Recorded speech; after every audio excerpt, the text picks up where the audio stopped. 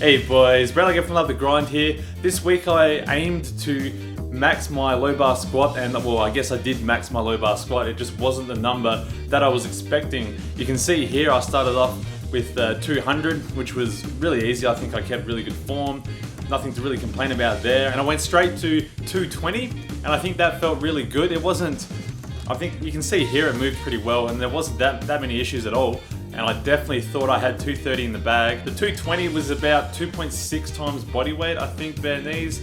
I really bombed on the 230. I missed it quite high, a lot higher than when I would normally miss a squat. You know, I was straight out of the hole. And I mean, I think what happened, you can see my left leg just kind of fell inwards, cut off all activation for my glutes. And so I just lost all the strength from my glutes and my hamstring. I should have concentrated a bit more, be more mindful of keeping my knees out, making sure I had that consistent glute activation. I think that's what happened there. I'm pretty confident that I should have got it if I concentrated more. So I think more than a strength thing, it is definitely a mental thing. And that is quite a common issue with me and something I have to work out. You know, it's not enough to just train my squatting muscles, you could say, but I need to train my mental muscles as well to get me through the grind. I guess you could say I gotta love the grind. Hey boys!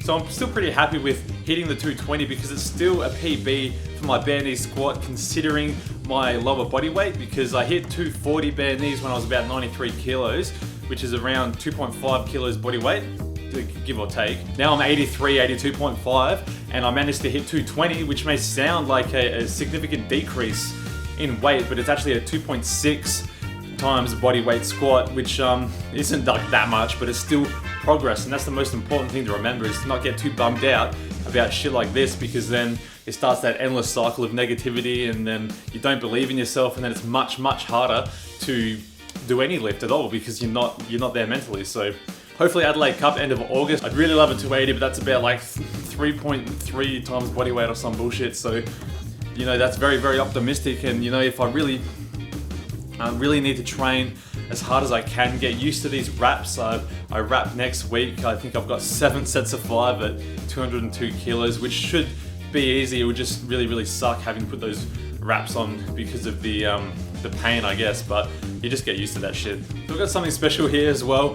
Shane Cowder, he's a incredibly good power lifter. You can see here, he's the king of the jungle. He's wearing his fucking tiger print leopard suit, and he's squatting 300 kilos, which I don't even know what that is in pounds. It's a ridiculously large amount of weight, and he's squatting it for sets of 5. I think he did 2 sets of 5 here, so 10 reps in total for the session.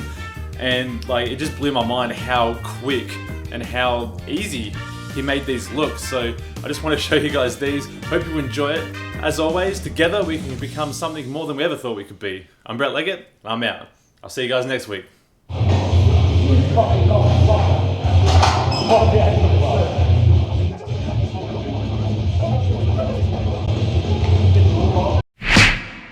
The higher this ratio between unsaturated fats and saturated fats is, the greater the probability of harm there is. All systems of the body